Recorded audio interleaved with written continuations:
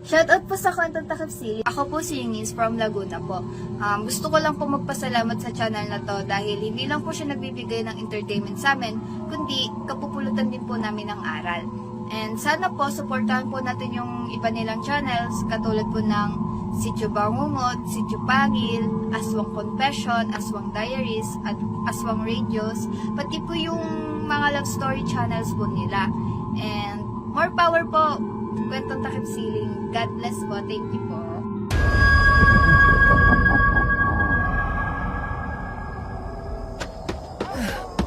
May tao ba dyan? Magpakita ka! Kanina pa itong sumusunod sa akin. Ay, Diyos ko. Hindi ko na alam kung saan ako pupunta. Sino ka ba? Bakit hindi ka nagpapakita?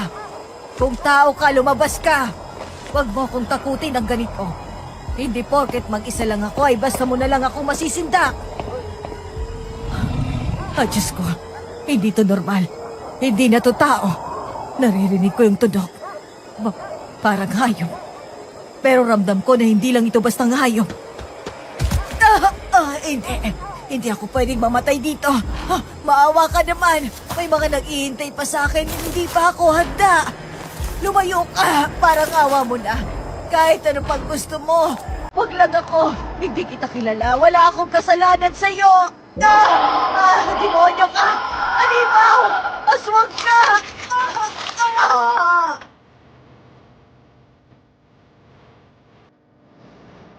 Nakatanggap na ba kayo ng bagay na dapat ikatuwa mo? Pero imbes na saya, kaba ang naramdaman mo. Yung tipong sa una, iniisip mong blessing. Pero habang papalapit ka, parang may bumubulong na umatras ka na lang. Paano kung ang mana na iniwan sa iyo ng pamilya mo ay isang lugar na matagal nang iniiwasan ng mga tao? Itutuloy mo pa rin ba o makikinig ka sa babala ng iba? Sa totoo lang noon, wala akong pinaniniwalaan kahit isa. Akala ko, puro pananakot at gawa-gawang kwento lang ang lahat.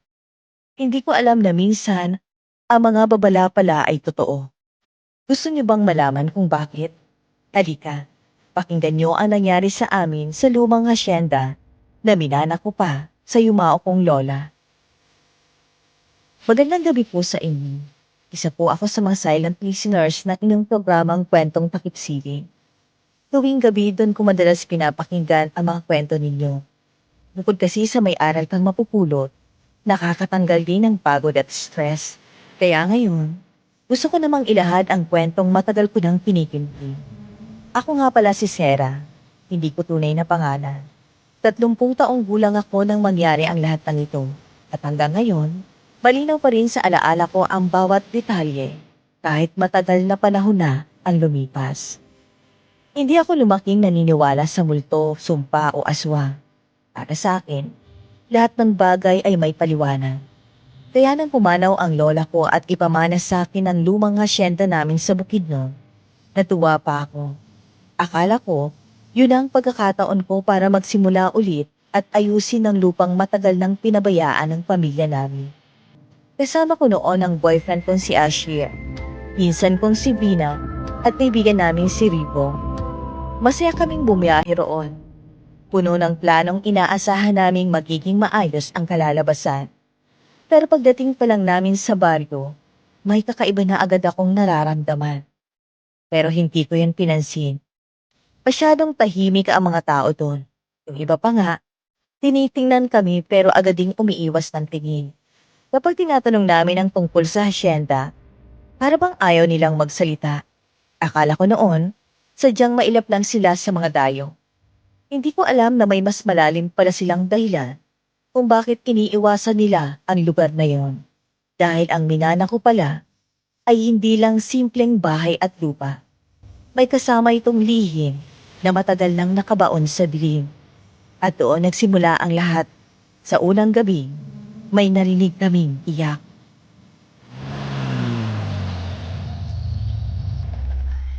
Ngayon pa talaga huminto at taglo kong makina ng sasakyan kung kailan malapit na tayo. Kanina pa ako nagtitimpi. Pero ito na yata ang pinakamalakas na nangyari sa atin ngayong araw. Ilang oras tayong bumiyahe. Tapos dito pa talaga tayo titirik sa gitna ng dilim. Kainis naman eh. Tama ka. Sa gitna pa talaga ng masukal na daan na kahit magsisigaw pa tayo walang makakarinig.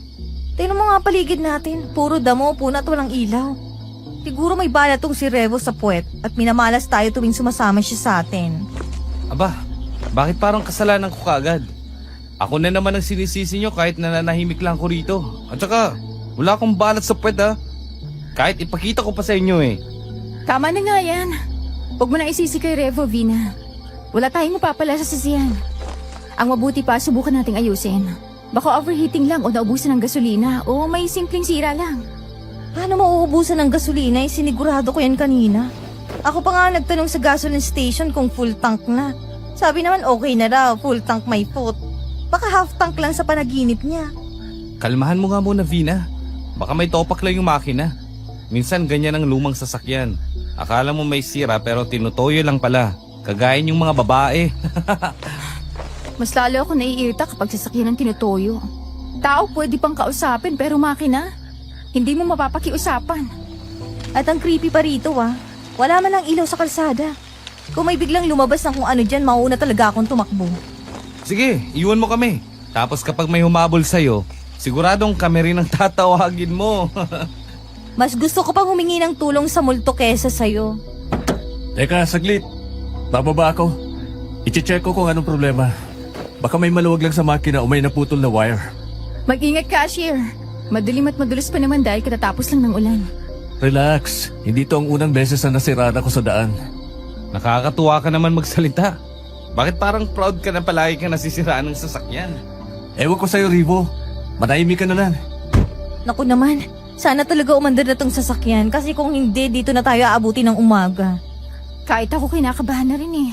Wala pa namang signal dito. Kaya nga, sinubukan ko na kanina, isang guhit lang tapos biglang nawala. Para tayong pinagtitripan ng tadhana dito May nakita ka bang problema, Ashir? Parang wala naman eh. Mukhang maayos naman ang radiator cap. Hindi rin sobrang init. Ewan ko kung bakit ngayon pa talaga itong sasakyan na to naging ganito eh. Pero ako may nakitang problema. Ano? Nakaupo ka lang naman dyan eh. Never mind, ayusin niyo na para makaalis na tayo dito. Hindi na to maayos pa. Bakit? Ano bang sira na nakita mo? Mukha ni Vina. Akala mo nakakatawa yung biro mo? Nagkakagulo na nga eh. Pumili ka naman ng tamang oras para magbiro. Tama na nga yan. Ikaw, Ashir, pumasok ka na rito sa sasakyan. Subukan niyo munang paandarin. Baka nagloko nga lang talagang makina.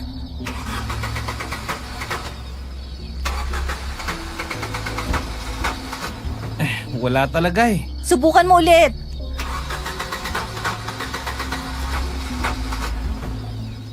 Ayot talaga eh.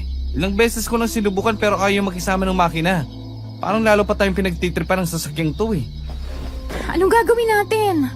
Hindi naman tayo pwede magtagal rito buong gabi. Wala pang dumadaan at ang dilim na lugar na to. Baka hindi tayo ligtas dito. Sarah, ayoko mang sabihin ito sa inyo pero kinakabahan na talaga ako. Kanina pa ako hindi mapakali simula nang tumigil tayo rito.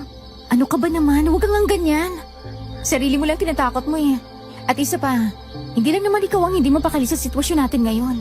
Hindi, iba talagang pakiramdam ko eh. Kanina paglingon ko sa labas may nakita akong anino ng tao. Nakatayo lang siya sa may damuhan. Parang nakatingin dito sa atin. Kinikilabutan tuloy ako. Anino ng tao? Bakit ngayon mo lang sinabi? Kasi akala ko guni-guni ko lang eh. Baka guni-guni mo nga lang talaga yon. Ikaw pa naman masyado kang OA. Hindi kasi habang tumatagal lalo akong kinakabahan. Kasi nakita kong gumalaw. Weh, totoo ba yung sinasabi mo? Masilip nga sa labas. Sus, wala naman eh. Baka tama ka nga, gawa lang yun ng utak mo, dala ng takot mo. Tama si Revo, Vina.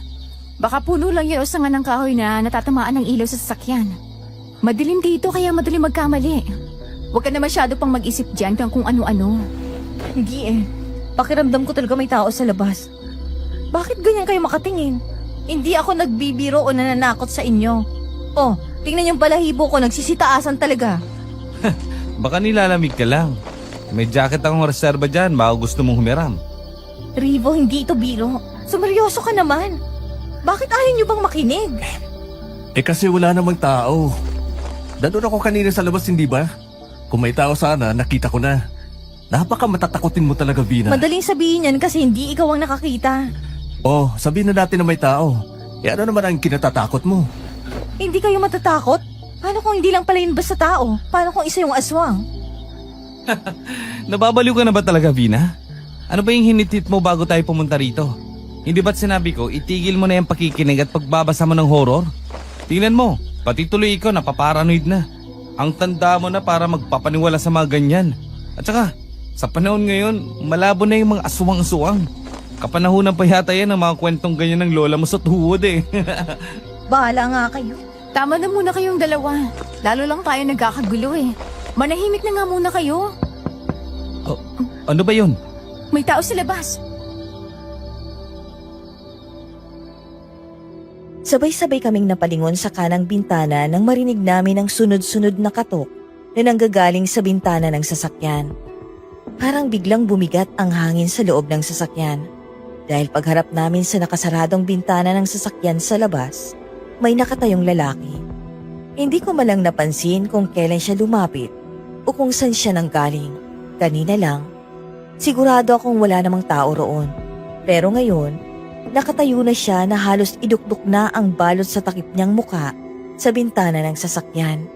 Balot na balot din ang katawan niya ng makapal at lumang damit. Parang ayaw niyang malamigan. Nakasuot din ito ng sombrero na halos tumakip sa noo niya. May tela ring nakapulupot sa leeg at paakyat hanggang mukha. Kaya halos wala na akong makita kundi ang mga mata niya. Mas lalo akong kinilabutan nang makita ko ang hawak niya. Isang maliit na kaldero na luma at nangingitim na ang ilalim. Parang ilang beses nang naisalang sa apoy. Mahigpit niya yung hawak gamit ang isang kamay. At habang nakatitig ako sa kanya, unti-unti siyang ngumiti sa ilalim ng telang tumatakip sa mukha niya. Kahit hindi ko kita ng buo ang bibig niya, alam kong nakangiti siya.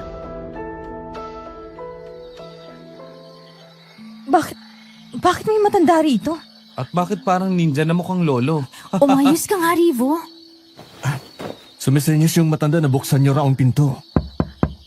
Hindi! Huwag niyong bubuksan! Bakit niyo binuksan agad? Hindi niyo pa nga alam kung matino ba yung tao eh. Ano ba naman kayo? Masyado kayong padalos-dalos. Hindi ko alam na hindi ka lang pala matatakutin. Isa ka rin walang puso. Tingnan mo naman yung tao nag-iisa lang. Hindi ka ba naawa? Alam mo, hindi mo ginagamit ang utak mo eh. Paano kung delikado yung taong yan? Nag-iingat lang ako, palibasa utak munggo ka. Ay, ewan. Manahimik ka na nga lang dyan. Nandyan na nabuksan ko na. May magagawa ka pa? Ano ba naman kayo? Umayos nga kayong dalawa. Minuminuto para kayong aso't pusa. Mga iho, mga iha, pasensya na sa istorbo. Baka gusto nyo ng dinuguan. Mainit-init pa. Masarap sa manamig na gabi. Ha? Dinuguan? Sa ganitong oras? Oo, bagong luto. Masarap. Pampalakas ng katawan. Baka gutom na kayo sa biyahe. Tay, saan po kayo nanggaling? Wala naman kami nakitang bahay rito ah. May pwesto ako sa dulo ng daan. Minsan lang ako dito. Dahil kapag may lakas lang ako nakakabangon at naglalako minsan. Kapag tahimik ang gabi. Anong klaseng negosyanteng naglalako ng dinuguan sa masukal na kalsada? Sa oras ng gabi. E di yung masipag. Tumahimik ka nga, nakakairita ka na eh. Pasensya na po tayo. Nasiraan kasi kami ng sasakyan eh. Alam ko, Oh, paano nyo nalaman? narinig ko ang makina ninyo kanina. Kaya napatingin ako rito. Nakita ko rin kayong sinisilip ang harap ng sasakyan para tingnan kung may sira ba. Ganun po ba? Magkano po bang dinuguan? Rivo, ano ka ba? Paawat ka naman. Ano, gutom na ako eh. Sa inyo, dahil dayo kayo rito, libre lang muna. Tikman nyo ang luto ko. Masarap ito. Siguradong magugustuhan nyo. Aba, kung siniswerte ka nga naman. Kung gano'n ayos lang. Ikaw, Iha, gusto mo rin ba? Ay, hindi po. Pasensya na po. Hindi po kasi ako kumakain ng karne ng baboy. Hindi naman ito karni ng baboy. Mas masarap pa ito sa baboy. Hindi na po. Salamat. Sayang, mainit pa naman. Ano ba naman kasi itong mga kasama ko? Mga killjoy. Teka, bakit parang ang lakas naman po ng amoy ng dinuguan nyo? Naamoy mo? Eh ba't ako wala? Patay gutom ka kasi. Baka nga kahit dumi kainin mo. Tay, may alam po ba kayong pwedeng tawagan o lugar na may signal? Meron, pero malayo-layo. Mga 3 kilometro pabalik pa ang lalakarin nyo. Teka, may mas malapit pa ba? Mukhang wala na. Tay, tanong lang. Bakit balot na balot kayo? Hindi naman ganun kalamig ah. Mamaya ubuin kayo sa suot nyo eh. Pati mukha mo, hindi na makita. Okay, tama na yan, Rivo. Nagiging madaldal ka na naman eh. May kasama pala kayong buntis. Kaya pala ang bango. Pahawak naman ang tiyan mo. Hindi. Subukan mong ilapat ang kamay mo sa tiyan ko, babaliin ko yan. Buntis? Buntis ka, Vina? Oh, Bina palang pangalan mo. Bay, matambok pang mga hita. Siguradong masarap ito. Akmang hihipuin ng matanda ang hita ni Vina nang mabilis kong tinapik ang kamay niya at napaatras siya. Sa sandaling yun, hindi ko rin maintindihan kung bakit biglang sumipa ng gusto ang tibok ng dibdib ko. Pakiramdam ko, parang may mali. Pero isinawalang kibo ko na lang yon.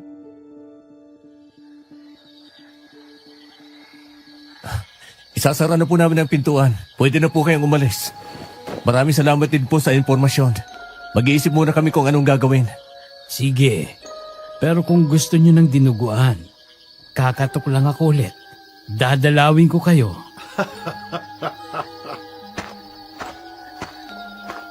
Ngayon, sabihin niyo nga sa akin na normal yun. Sa tingin niyo ba normal na titigan niya ako ng ganon? Para bang gustong-gusto niya akong tikman? Hindi normal ang tingin niya, Rivo. Nakakatakot talaga. Tapos gusto mo pang bumili ng dinuguan sa kanya? Tanga ka ba? Sinong taong magbebenta ng ganitong oras at sa wala pang katao-taong lugar? Vina, kalma ka muna. Baka naman mali ang intindi mo. Matanda na yon. Baka ganun lang talaga siya tumingin at saka, sa kanya nangagaling di ba na may pwesto siya dito? Ibig sabihin, may dumaraan talaga dito. Hindi. Hindi ako nagkakamali. Alam ko kapag may masamang tingin ng isang tao. Para kung kinilatis mula ulo hanggang paa. Hanggang ngayon nanginginig pa rin ako. Sa totoo lang, kahit ako naiiling sa matandang yun eh. Ang creepy talaga niya pati mga sinasabi niya. Kaya nga sinabi kong huwag niyo nang basta kausapin. Hindi natin siya kilala at hindi natin alam kung saan siya galing. Eh, yung sinabi niyang buntis ka, totoo ba yun? Oo, nabuntis ako ng boyfriend ko. Magdadalawang buwan ng tiyan ko sa katapusan. Ha? Totoo? Ha, ayos ah. Hindi ko pa nga nasasabi sa iba. Kayo pa lang ang nakakaalam. Tapos pati yung matandang yun, alam niya? Kahit hindi ko naman siya kilala. Bakit hindi mo sinabi sa amin kaagad? Hindi ko pa nga alam kung paano sasabihin. Nag-iisip pa ako kung kailan at paano ko haharapin ang pamilya ko. Lalo na't gusto nila nakasal muna. Ang mas mahalagang tanong ngayon, paano nalaman ng matanda? Yun ang kinatatakot ko eh. Hindi ko siya kilala pero parang kilalang kilala niya ako. Oh, nandito na naman siya. Narinig niyo ba? Kumatok na naman siya. Diyos ko, bakit pa bumalik ang matandang yon? Inaan mong boses mo. Baka lalo siyang lumapit. Hindi ko rin gusto to. Bumili na kayo. Teka lang, saan siya banda? Sa kanan ba o sa likod? Wala akong makita sa bintana eh. Huwag niyo akong papalingunin, ayoko makita ulit ang mukha niya. Naiintakutan ako. Ilock niyo lahat ng pinto. Ngayon na. Bilisan niyo. Huwag kayong tumula na dyan. Wala magbubukas ng bintana. Wala magsasalita sa kanya. Kahit anong sabihin niya, huwag niyong papansinin. Naririnig niyo yun? Kinakamot yung bintana. Tumahan ka nga muna, Vina. Mamaya makaapekto yan sa bata sa sinapupunan mo. At isa pa, walang masamang mangyayari sa atin. Oo nga, kalman mo lang. Tuloy, pati kami nahahawa na sa pagpapanik mo eh. Susubukan kong paandarin ang sasakyan. Baka sakaling umayos na at hindi na nagloloko ang makina. Kapag umandar to, aalis tayo agad dito. Sana naman this time gumana na. Ayoko na manatili rito kahit 1 minuto pa. Pakiusap, paandarin mo na. Ayoko na marinig ulit ang boses ng matandang yon. Kinikilabutan ako. Umalis na tayo dito. Tumahimik muna kayong lahat. Ayaw pa rin. Dito na nga yata tayo buong gabi. Hindi pa. Isa pa. Hindi tayo pwede dito. Ayoko na dito. Oh, ayan na. Umaandar na. Makakaalis na tayo. Tingnan nyo. Ano na naman? Nakatayo pa rin siya ron at nakatingin lang sa atin kahit papalayo na tayo. Hayaan mo na. Palagay ko may salti ka matandang yun eh. Isang oras matapos kaming masiraan sa daan, nakarating din kami sa hasyenda na ipinamana sa akin ng yumao kong lola. Pagkababa ko pa lang ng sasakyan, napanganga ako sa laki ng lupang iniwan niya. Hanggang sa abot ng tingin ko ay puro malawak na bakuran, puno at mga damo. Sa gitna noon ay nakatayo ang malaking lumang bahay na kahit kupas na ang itsura, ay kita pa rin ang dating ganda at yaman nito. Hindi ko akalaing ganun pala kalaki ang ari-ari ang naiwan sa akin ni Lola. Ilang taon na rin itong walang nakatira kaya napagdesisyon na naming magpakasyon muna rito habang pinaplano ko kung paano ito ipapaayos at ipaparenovate. Pagtingin ko kay Vina, bakas pa rin sa mukha niya ang takot mula sa nangyari sa daan. Tahimik lang siya at panaylingon sa paligid na para bang may inaasahang susunod sa amin kahit nakalayo na kami ron. Agad kaming pumasok sa loob ng bahay. Sa unang tingin ay maayos pa naman ang kabuuhan nito. Malinis ang sahig, walang gaanong alikabok. At laking gulat namin nang malaman naming may kuryente pa rin. Ilang ilaw ang gumagana at may tubig pa sa gripo. Ang problema lang, ilang bahagi ng bubong ay may malalaking butas na kapag umulan, siguradong mababasa kami. Ang ibang kisame naman ay nakalaylay na at may mga pirasong natutuklap na para bang anumang oras ay pwedeng bumagsak. May ilang dingding kupas na ang pintura. Alam ko napagod kayo sa biyahe. Lalo na sa nangyari sa daan. Kaya siguro mas mabuti kung magpahinga na muna tayo. Bukas na natin isipin ang paglilinis at pag-aayos ng bahay. Grabe. Ang lawak pala nitong bahay. Parang kahit sumigaw ka rito, mag-e-echo lang pero walang makakarinig sa iyo. Bukid na rin kasi ano, parang malayo-layo na rin sa ilang kabahayan. Nga pala, may kanya-kanya ba tayong kwarto rito o sama-sama tayong matutulog sa sala? Kung gusto mo sa sala, ikaw lang. Ang sakit kaya sa likod ng semento. Ang daming kwarto rito, mamili ka na lang. Talaga? Ayos ah. Doon kaya ako sa second floor. Panigurado, maganda ang view doon. Ayoko munang matulog mag-isa. Tatabi ako kay Sarah. Bahala kayo dyan. Ha? Bakit sa akin agad? Alam ka naman sa amin siya tumabi. Oo nga. At saka isa pa, Sarah, ikaw ang pinaka-safe kasama. Pagkatapos ng nangyari kanina, hindi ko kaya mag-isa sa kwarto. Natatakot din ako dito sa bahay na to, parang may kakaiba. Baka hindi ako makatulog. Uy, paawat ka naman. Magkakaanak ka na't lahat-lahat. Bag pa rin ang buntot mo. Konting tapang naman dyan. Excuse me, takot lang ako, hindi ako duwag. Bigyan mo naman ng oras si Asher na makasama ang nobya niya, no? Minsan na nga na magtatabi ang mga yan, harang ka pa. Rivo, manahimik ka nga. Bahala kayo sa love life nyo, ang importante hindi ako mag-isa. Sige na nga, tumabi ka na sa akin, Vina. Para wala nang marami pang usapan. Narinig nyo ba yon? Parang may naglalakad sa taas. Hindi ako nagkakamali. Malinaw ko narinig ang yabag. Sandali. Oo nga, parang may gumalaw talaga sa second floor. Sinabi ko na nga ba eh. Kanina pa ako kinakabahan pagpasok pa lang natin dito. Bukod sa atin, parang wala namang tao rito. Kaya sino yon? Baka pusa lang o daga. Luma ang bahay. Normal lang may gumagala rito. Yabag ng tao yun, Rivo. Hindi pusa. Eh di malaking pusa. Rivo, hindi ito oras ng biro. Okay. Eh medyo hindi nga mukhang pusa. Baka may caretaker o may tao talagang naiwan dito. Kung meron, dapat nagpakita na siya nang dumating tayo. At bakit sa taas lang siya paikot-ikot? Ayoko na. Sabi ko sa inyo may kakaiba sa lugar na to. Baka naman magnanakaw? Halika nga kayo, silipin natin para matapos na to. Mas nakakatakot pag iniisip lang natin kung ano yun. Ikaw na lang, hindi ako aakyat dyan. Huwag ka na mag-inarte pa, Bina. Okay naman kasi di naman maganda. Wala namang tao. Anak ng... ano pong ginagawa niyo dyan? Teka, ano pong ginagawa niyo dyan sa ilalim ng aparador? Pasensya na kung nahuli niyo ako rito sa ilalim ng aparador. Nanghuhuli kasi ako ng mga daga. Sino po pala kayo? At ano pong ginagawa niyo rito? Ako si Neo at ako ang kanang kamay ni Doña Celia. Kami po ang mga katiwala na naiwan dito ng yumaong may-ari nitong asyenda. Ganun po ba? Ako nga po pala si Sarah. Apo po ako ng dating may-ari nitong bahay at ng buong asyenda. Sa akin na po kasi ito pinamana ng lola ko bago siya pumanaw. Kaya napunta kami rito para silipin po sana ang lugar at ipaayos na rin. Ah, ganun ba? Kaya pala may dumating na sasakyan kanina. Matagal nang tahimik ang bahay na to.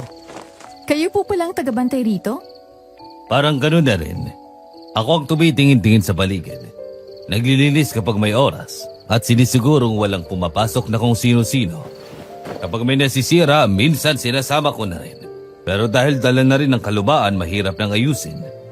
Mabuti naman po at may nag-aalaga sa lugar. Kung wala po siguro kayo, baka sobrang sira na tong bahay. Ginagawa ko lang ang kaya ko. Sayang naman kasi kung pababayaan. Sila naman po pala mga kasama ko. Ito po si Ashir, boyfriend ko po, at ito si Vina. Pinsan ko po at ito naman po si Rivo, kaibigan namin. Mukhang maraming daga rito ah. Ang dami niyong huli. Halos mga lahati na ang sako. Saan niyo naman po dadalhin yan? Ipapakain ko sa mga alaga ko.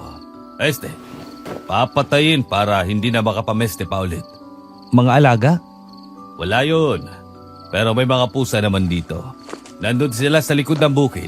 Mahilig humabol ng daga. At saka pala, kung dito kayo matutulog ngayong gabi, mabuti sigurong isara nyo na maigi ang mga bintana bago maghating gabi.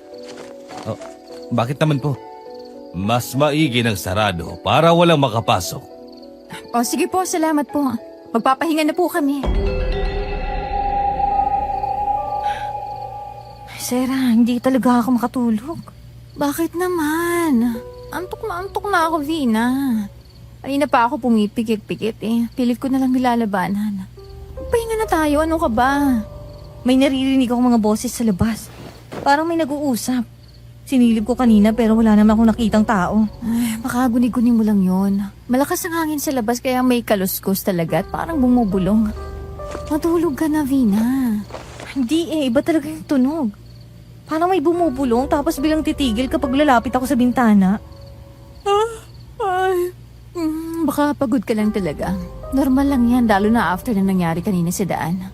Stress ka pa rin. Masyado mo kasing pinagtutuunan ng pansin eh. Pero hindi ako makampante. Vina, kung iisipin mo lahat ng tunog, talagang magiging nakakatakot. Kahit hangin, magiging boses sa utak mo. Sige na, matulog ka na. Bukas natin isipin lahat na yan, okay? Pagod lang tayo at kailangan natin ng tulog.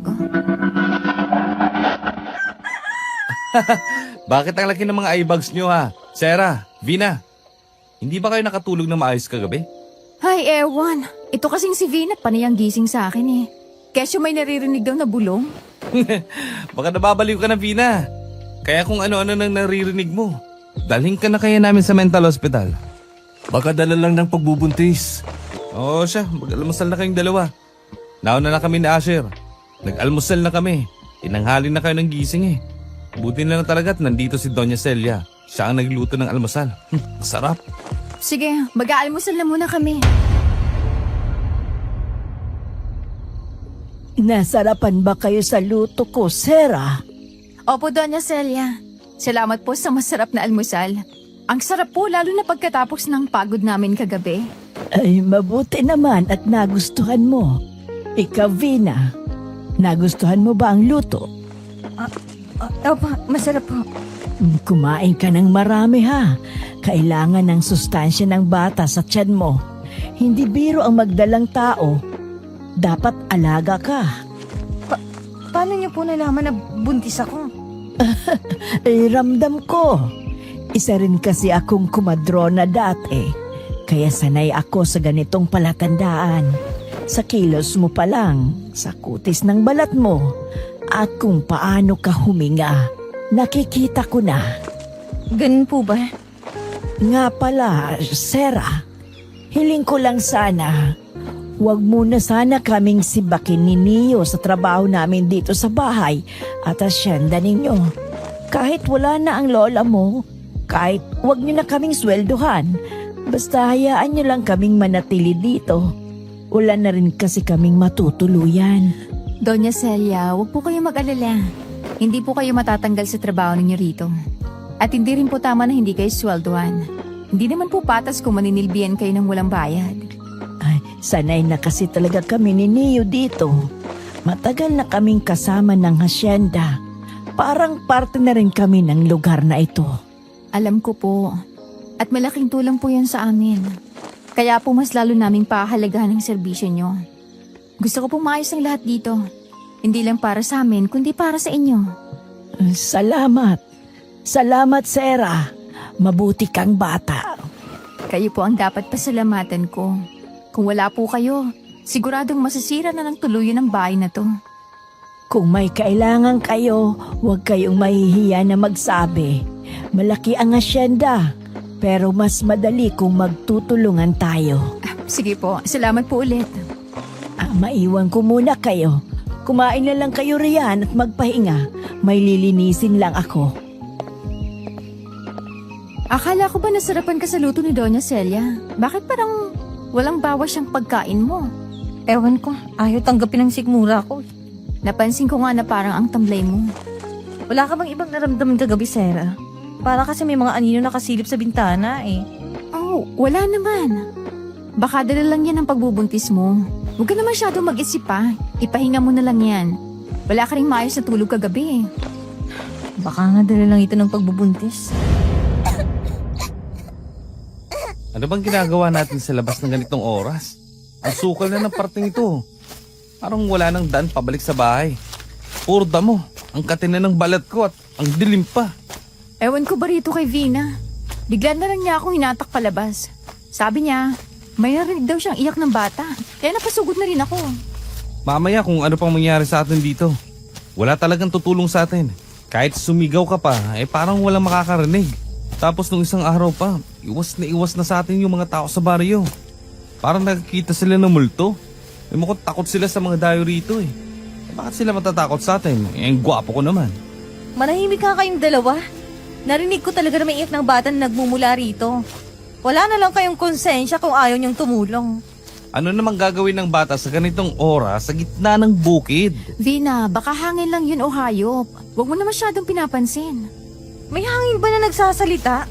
Malinaw talaga sa pandinig ko na boses ng bata yon. Yung sigaw niya na parang kinakatay. Baka baboy yun. Itiko mo na gaya bibig mo, Rivo. Teka, huminto muna kayo sa paglalakad. Ay. Naamoy niyo ba yon? Amoy, parang bakal? Dito. Sandali. Dugo ba to? Saan naman galing yan? Sabi ko na nga ba may nangyayari dito. Baka may sugat na hayop na dumaan lang dito. Sino yan? May tao ba dyan? Mga duwag! Mga banga putot! Mga duwag! Takot na mga tao! Saan naman galing ang matandang yan? Parang wala naman yata yan dito kanina. Duwag! Duwag! Duwag! Malay ko kung saan galing matandang yan. Baka sinudan tayo ng hindi natin namamalayan. Patahimikin nyo nga yan, nakakarindi. Panay sabi ng duwag. Sino po kayo? Bakit po kayo nandito? Hindi lahat ng nakikita nyo kailangan nyong alamin. Nakamasid siya! Malakas! Ano ba yung sinasabi nyo? Ano tong dugo? Hayaan mo na, Sarah. Huwag mo nang pansinin yan. May sira yata ang utak niyan eh. Mamamatay ka! Mamamatay ka! Mamamatay ka! Aba, sira ulong matanda to ah. Awatin niyo ako, susunggabang ko yan. Ikaw bang may gawa nitong dugo rito? Sinabi ko sa inyo, umalis na kayo habang maaga pa. Huwag niyo nang kausapin yan. Wala tayong mapapala dyan. Kung alam nyo lang, naghihintay sila ng pagkakataon. Isa-isahin nila kayo. Umalis na kayo sa lugar na to bago pa mahuli ang lahat. Aray! Ang tiyan ko humihilab. Sarah, Vina, ang sakit sobra. kaya mo ba maglakad? Humawa ka sa akin. Halina kayo. Bumalik na tayo. Bilisan natin bago pa lumala to. Sabi ko na nga ba eh. Dapat kanina pa tayo umalis. Bakit kasi nakinig pa tayo sa mga kung ano-ano? Umalis na kayo. Magtago na kayo. Tama na. Hayaan nyo na siya. Umalis na tayo rito ngayon din. Vina, huminga ka na lang ng maayos. Kalman mo na lang, okay? Babalik na tayo. Hoy, tanda! Ano nakakatawa, ha? May sakit ka ba sa pag-iisip, ha? Rivo, hayaan mo na. Ang bata sa sinapupunan, nararamdaman nila. Nandito sila. Gusto nila masarap ang sanggol. Umalis na kayo habang may oras pa. Huwag niyo nang lingunin pa. Diretso lang.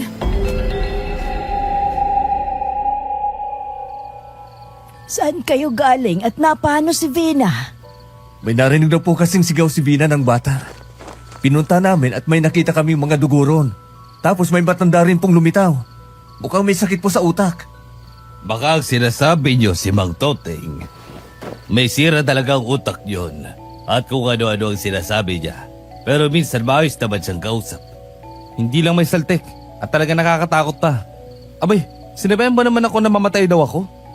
Pero lahat ng sinasabi niya ay nangyayari. Oh, sinasabi mo bang tama siya at mamamatay talaga ako? Biro lang. Hindi maganda ang biro mo. Ilugar mo naman sana. Tama na yan. Umakyat na kayo nang makapagpahinga na si Vina. Maiga ka na at magpahinga na tayo, Vina. Ayos na bang pakiramdam mo? Ay naku, kinabahan kami kanina sa iyo, ah. Medyo ayos ng pakiramdam ko. Hindi na masyadong humilab ang tiyan ko. Mabuti naman kung ganon. Pero huwag ka munang gagalaw-galaw, ah. Magpahinga ka lang dito sa kwarto at huwag mo nang pansinin ng kung ano-ano. Sige, magpapahinga na muna ako. Ano ba yan? Bakit ngayon pa ako hindi dinalaw ng antok?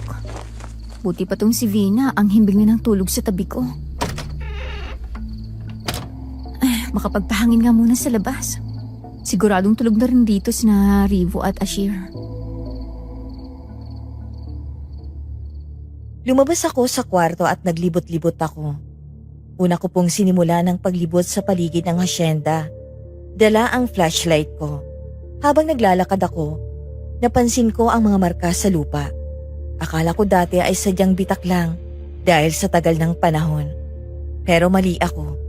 Mas malinaw pala kapag tinitigan mo ng mabuti. May mga hugis at may mga guhit na paikot. Parang pattern na sinadya. May ilang bahagi na parang nakaukit gamit ang matulis na bagay. Lumapit ako sa isang malaking puno. Doon ko nakita ang parehong marka na nakaukit sa balat ng puno. Malalim at paulit-ulit na parang hindi lang isang beses ginawa yon. Sa totoo lang po, hindi ko alam kung kailan eksaktong nagsimula ang pakiramdam na ito. Hindi po ako matatakutin, pero nagsisimula na po akong gapangan ng takot. Nung una, iniisip ko na simpleng lumang bahay lang ito na kailangang ayusin.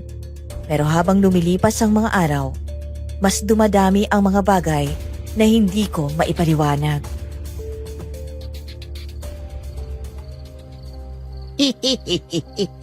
Hindi basta marka. Nakakatakot na marka. Malakim na kwento. Paano po kayo nakapasok? Dito, nagkaalay ng mga inosente. Ang asawa ko, biktima siya. Pinatay siya. Sila ang may gawa. Sinabit siya. Inubaran. Tinanggal ang laman loob. Ano pong sinasabi niyo na ang asawa niyo ay ginawang alay rito? Totoo po ba yan? Maging malakas sila. Sino pong sila? Aswan! Nako, hindi po ako naniniwala sa ganyan. Siya, maiwan ko na ho kayo.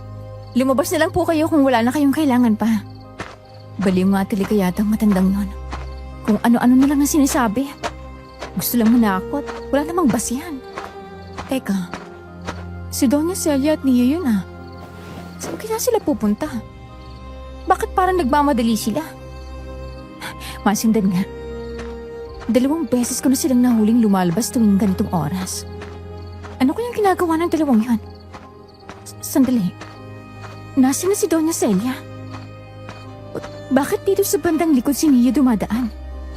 Wala namang daan dito at bakit may tala siyang pala? Anong gagawin niya? Ang sangsang ng amoy ah. Ano kayang nililibing niya dyan? Hindi po ako mapalagay matapos kong makita sina Doña Celia at Neo ng gabing yun. Simula noon, para may bumabagabag na sa isip ko. Lalo pat kumalat na rin dito sa amin ang balita na may ilang hayop at tao raw na nawawala sa lugar. Habang iniisip ko yun, lalo akong nilalamon ng takot at pagdududa. Naisip ko tuloy na baka ang lupang madalas kong nakikitang binubungkal ni Neo tuwing gabi ay hindi basta lupa lang. Baka may inililihim siyang hindi dapat malaman ng kahit sino. Baka doon niya inililibing ang mga nawawala. Habang tumatagal, mas lalong lumalakas ang kutob kong may masama talagang nangyayari sa likod ng hasyenda. Kaya isang gabi, hindi na ako nakatiis. Sabi ko sa sarili ko, kailangan ko nang malaman ang totoo. Pinatay ko ang ilaw sa kwarto at nagkunwari akong natutulog. Tahimik lang akong nakahiga habang hinihintay na tuluyang manahimik ang buong bahay. Bandang hating gabi, narinig ko na naman ang pamilyar na yabag sa labas ng kwarto. Dahan-dahan akong bumangon at sumilip mula sa siwang ng pintuan. Doon ko nakita si Neo. May bitbit siyang sako na halatang mabigat dahil hirap siyang buhatin ito. Habang naglalakad siya, may bahagyang tumutulong likido mula sa dulo ng sako. Nanlamig ako. Hindi ko alam kung ano ang laman nun. Pero isa lang ang pumasok sa isip ko. Hindi yun normal. Sinundan ko siya ng dahan-dahan hanggang sa likod ng hasyenda. May daanan pala doon papunta sa bahagi ng lupa na hindi ko pa napupuntahan. Mas madilim doon at sobrang tahimik. Yung tipong pati sariling hinga ko ay parang malakas na sa pandinig ko. Huminto siya sa tapat ng isang maliit na kubo. Luma na yon at halos matakpan na ng damo at mga sanga. Dahan-dahan niyang binuksan ang pinto at pumasok sa loob. Sumilip ako mula sa likod ng isang puno. Hawak pa rin niya ang sako at sa sahig ay maraming bakas ng dugo. Parang matagal nang ginagamit ang lugar na yon sa kung anong hindi magandang gawain. Nanigas ako sa kinatatayuan ko.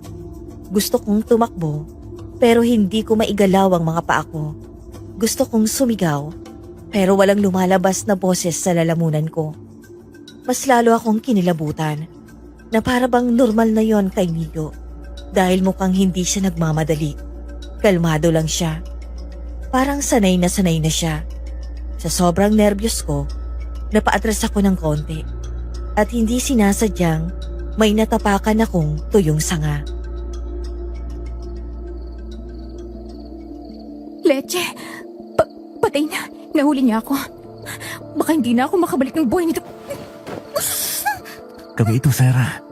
Tatanggalin ko ang kamay ko sa bibig mo. Huwag kang maingay. Kayo pala. Muntik na akong atakin si Puso. Ano ginagawa niyo rito? Nakita kasi kitang lumabas ng kwarto. Akala ko magsi-CR ka lang nung una. Pero ang tagal mo lang hindi bumabalik. Kaya ginising ko sina Revo at Ashir para sundan ka. Oo. At buti na lang ginawa niya. Kung hindi, baka napahamak ka na dito. Natakot ako. Lalo na nang makita ko may mga tulo ng dugo sa dinadaanan mo. Doon ko naisip na baka may masamang nangyayari. Nasaksihan niyo bang mga nakita ko? Oo. Lahat halos nakita namin. Malamang, siya ang may gawa ng lahat ng kababalaghan dito. Kaya naman pala takot na takot ang mga tao sa baryo kapag hasyendang usapan. Baka siya rin ang dahilan kung bakit may nawawalang hayop at tao na napapabalita. Huwag muna tayo maghinala kaagad.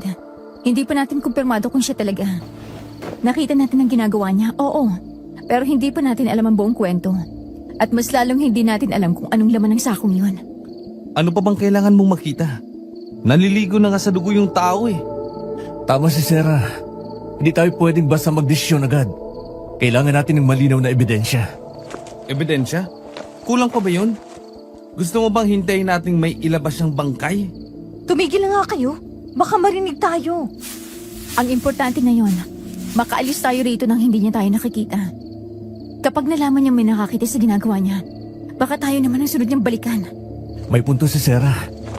Kailangan muna natin makaalis dito ng tahimik. Kapag nahuli niya tayo rito, tayo ang delikado. Wala tayong laban kung sakaling umatake siya. Hindi ko gusto to. Simula pa lang pagdating natin dito, puro kakaiba na nangyayari. Pagkaramdam ko may tinatago pa siyang mas malala kaysa sa nakita natin. Pakiramdam ko rin. Parang ang matagal niyang ginagawa yun. Parang sanay na siya. Kaya lalo tayong dapat mag-ingat. Hindi natin alam kung ano pang kaya niyang gawin. Isa pa, hindi lang si Neo ang dapat nating bantayan. Huwag niyong kalimutan si Doña Celia. Tuwing gabi rin siyang nawawala. Yun nga eh, baka tandem pa silang dalawa. Isa ang nanguhuli, isa ang nagtatago. Huwag kang magsalita ng ganyan. Lalo lang akong natatakot. Eh, totoo naman ah. Tingnan mo, lahat ng mga nangyayari dito. Dapat yan sa kanila, binabangasan eh. Tumigil nga muna kayo. Wala pa naman tayong malinaw na ebidensya kaya malinis pa rin sila. Hindi ba sinabihan na kita na huwag ka nang lumapit pa kay Neo? Napakadelikado ng taong yun. Nakita mo naman ang ginala natin, di ba? Nakita mo mismo kung ano ang ginagawa niya sa kubo. Oo, nakita ko. Pero wala pa naman tayong sapat na ebidensya. Hindi pwedeng dahil lang sinala natin, iwasan ko na agad siya o tatalikuran ko na lang kapag kinakausap niya ako. Hindi ito simpleng hinala, Sarah. Ilan pa bang senyalis ang kailangan mo bago ka maniwala na may mali sa taong yun? At ilan pa bang beses kong sasabihin sa'yo na hindi ako padalos-dalos mag-isip? Hindi ako tulad mo na gusto agad magdesisyon kahit kulang pang nalalaman. Pinoprotektan lang kita. At heto na nga pang pinakihintay ng lahat. Lovers Quarrel. Rivo, tumigil ka nga. Nakikisawsaw ka na naman eh. Yun o, sinusubukan ko lang naman na pagkaanin ng mood eh. Baka maya-maya, magkasabunatan pang dalawang yan. Hindi to biro, Rivo. Hayaan mo sila. Hindi ka kasali sa relasyon nila. Kaya nga hindi biro eh. Kaya nga dapat kumalma kayo. Hindi mo ba naintindihan? Kapag may nangyari sa'yo, Ano? hindi ko mapapatawad ang sarili ko. Mabuhay ang bagong kasal! Tumahimik ka nga. Sana ganito rin tayo, Vina. Kung hindi ka nagpabuntis sa iba. Ewan ko sa'yo, Rivo. Baliw ka niya.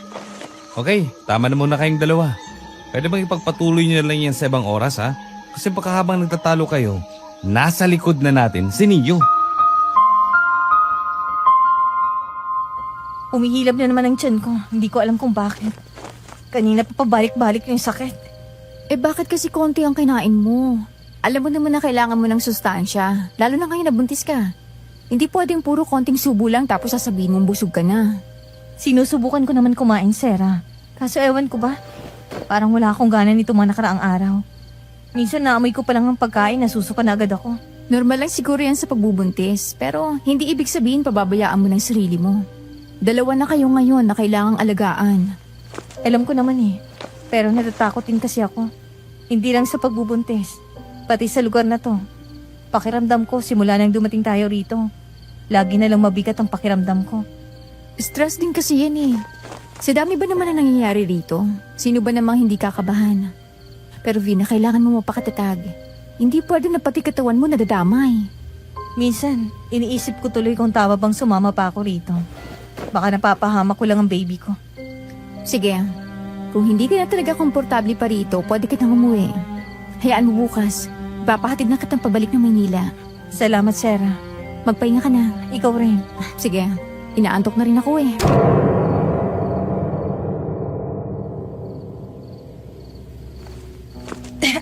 Aray!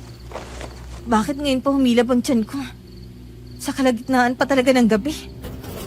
Oh, ano yun? Parang may gumagapang sa bubong. Diyos ko, pakiramdam ko may kung sino na umiikot sa bubong at naghahanap ng papasukan. Sarah, gumising ka. Bakit na naman? Naantok pa ako eh. May narinig akong yabag sa bubong. Ibon lang yan. Teka, boses yun ni Ashira. Bakit siya sumisigaw na parang may kaaway? Hindi ko alam kung ano nangyayari. Ako na magbubukas ng pinto. Maiwan ka na dyan, okay? Hindi, sasama ako. Sasha, nagipagsuntukan kay Neo. Bilisan nyo, nagpapatayan na silang dalawa. Bakit naman sila nagpapatayan? Dahil nakita ni Asher na may inililibing si Neo na parte ng tao.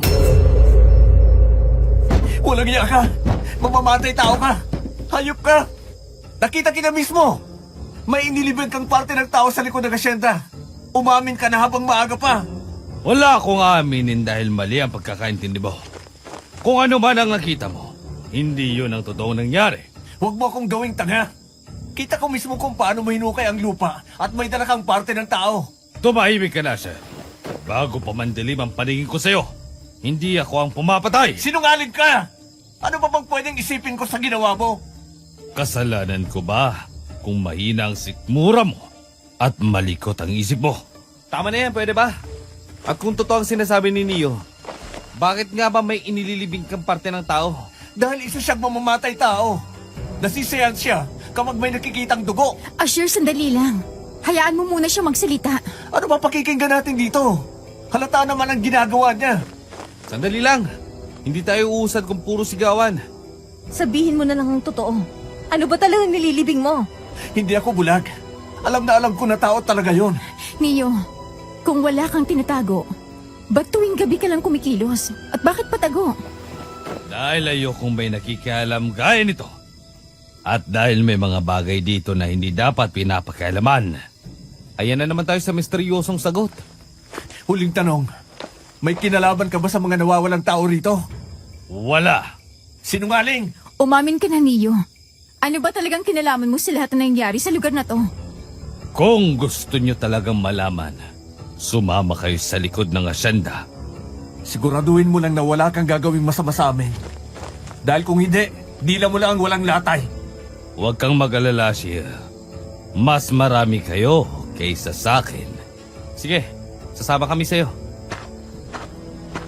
Dito sa kubong to, dito inilalagay ang mga hayop na naimba ko. Naalala nyo ba nung nahuli ako ng mga daga? Dito ko yun dinila. At dito ka rin namin nahuli nung nakaraan. Ano naman gagawin mo sa mga hayop na naimbak mo? Ibinapakain ko yun sa mga aswang para hindi sila mambiktima pa ng mga tao. Ano? Adik ka ba? Bahala ka kung ayaw mong maniwala. Hindi ko na trabaho pa para paniwalain kayo. Tigilan mo nga kami sa kalokohan mo. Akala mo, maniniwala kami sa kanyang kwento para pagtakpan ng karumaldumal na krimen na ginawa mo? Hindi ko sinabi na maniwala ka, Shir. Desisyon mo na yan. Teka nga muna.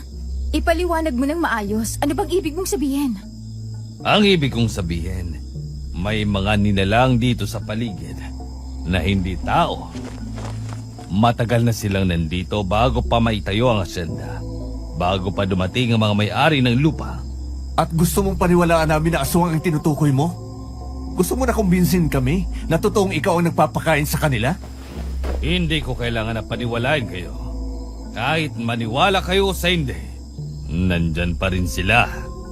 Kung totoo yan, bakit ngayon lang namin narinig yan? Dahil ang mga taga rito, hindi basta nagsasalita sa mga dayo. At lalong hindi nila ikinikwento ang mga bagay na kinatatakutan nila. Kaya pala iniiwasan tayo ng mga tao sa baryo. Oo, alam nilang kapag may bagong dumarating dito, nagigising ang gutom. Puro kwento. Wala namang ebidensya. Hindi lahat ng bagay na totoo ay kayang hawakan ng kamay, Asir. Hindi porket hindi mo nakita, hindi na totoo. Binibilog mo kami sa mga sinasabi mo na mga kasinungalingan. Asher, sandali. Hindi, Sarah. Seryoso ka ba? Makikinig tayo rito? Aswang? Sa panahon ngayon? Hindi ka naman nagpapaniwala sa mga ganito ah. Sandali lang. Kung talagang pinapakain mo sila ng hayop, bakit kailangan na itago sa kubo? Dahil hindi dapat makita ng iba. Kapag alam ng mga tao na pinapakain ko sila, ako rin ang pupunteriyahin ng mga taga rito. At bakit mo ginagawa yon? Bakit hindi ka nalang umalis rito? Dahil kapag walang magpapakain sa kanila, hindi lang pa isa-isang tao ang kukunin nila. Paano mo nasabi? Dahil nangyari na dati. Noong bata pa ako, isang buwan walang nag-alay sa kanila. Sunod-sunod ang pagkawala ng mga manok. Sumunod ang mga kambing, tapos mga aso.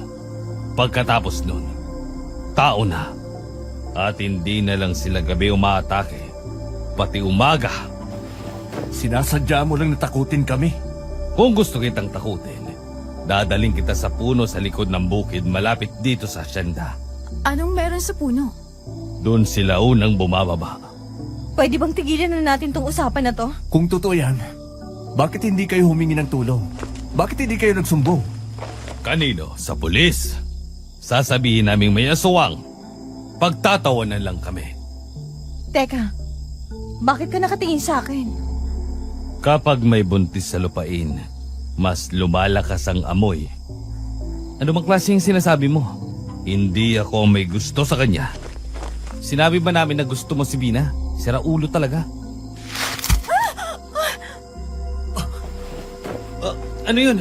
May tao sa taas. Hindi yun tao. Naloko na. Nasundan nila tayo.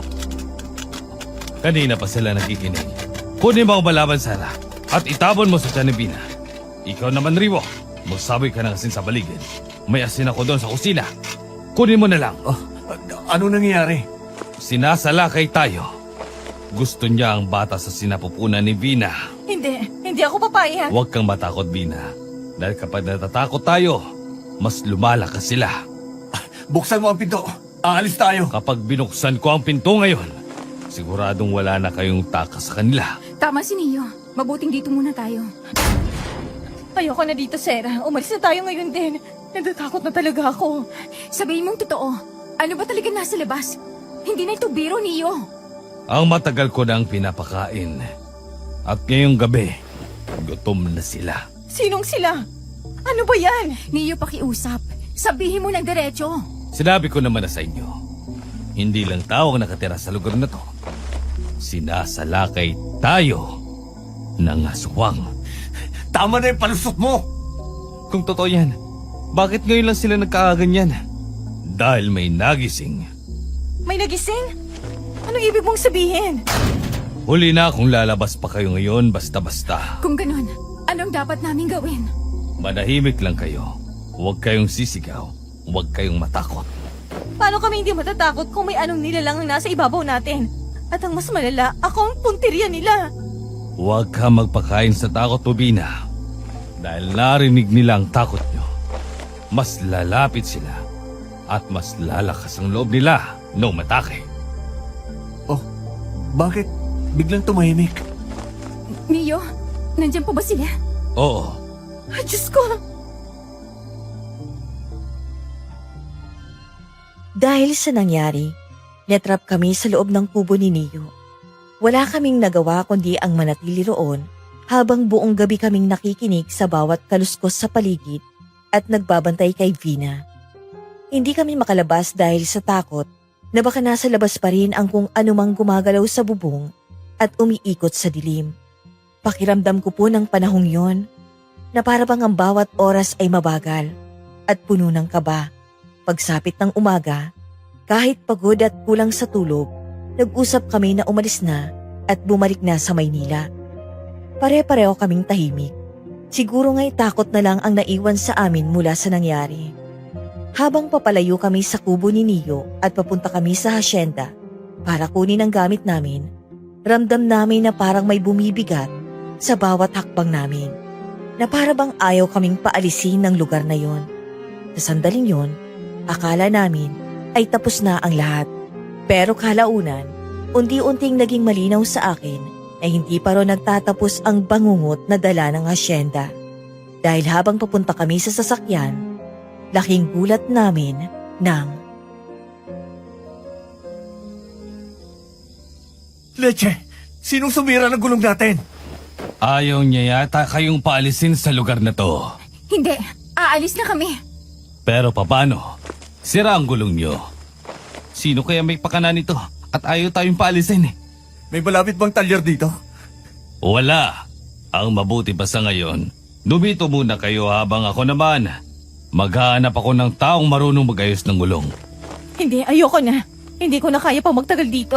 Pero paano nga kayo makakalis dito kung wala kayong sasakyan? Wala rin masyadong dumaraan na sasakyan dito.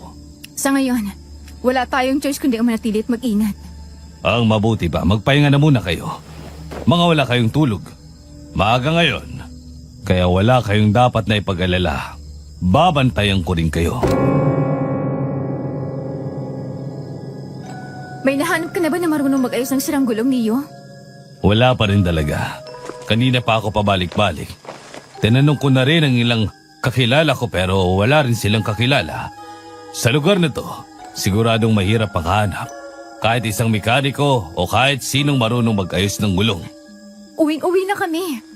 Parang ayaw na namin magtagal pa rito kung ganitong sitwasyon. Kahit isang oras lang dito sa lugar na to, parang ang bigat na agad sa pakiramdam. Pakiramdam ko tuloy maling-mali ako sa desisyon na pumunta pa rito. Akala ko maisasaayos ko itong asyenda, mas gugulo pala. Naintindihan ko kayo. Pero wala talaga tayong malalapitan ngayon. At wala ring signal dito para makatawag ng tulong. Kahit gusto kong ayusin agad ang sitwasyon, limitado rin ang magagawa ko sa ganitong lugar. Hindi na nga namin alam kung dapat ka pang pagkatiwalaan niyo. Sa mga nakita namin ginawa mo, sa lahat ng lihim at mga sinasabi mo, pakiramdam namin kaya mo rin kaming traidorin anumang oras. Kung gusto ko kayong traidorin, matagal ko na sanang ginawa. Hindi na ako mag-aaksaya pa ng oras para samahan kayo o tulungan kayong makalis dito. Tuwing magsasalita ka, pakiramdam ko parang may tinatago ka pa rin sa amin. Lahat ng paliwanag mo parang may kulang. Hindi klaro. Hindi ko kailangan magpaliwanag ng detalyado. Dahil hindi ko na yung trabaho pa. Wala kang ang pinapasahod sa akin. Tumigil na nga kayo. Dapat mo kong pagkatiwalaan, Asher. Kung ano-ano nang nangyari, magdududa ka pa. Wala kang aasahan bukod sa akin. Tama. Sa ngayon, si Neo lang ang pwede nating malapitan. Pero paligay ko, kahit saan ako tumingin dito, parang may mali. Parang may gusto talagang humadlang sa pag-alis natin. Ayaw nga siguro kayong bitawan. Ayan na naman tayo sa mga misteryosong sagot mo. Diretsuhin mo na kami. Neo, sigurado ka bang walang ibang daan palabas rito? May daan. Pero hindi lahat dumaraan doon kasi delikado. Ano na namang ibig mong sabihin dyan? May lumang kalsada sa likod ng bukid.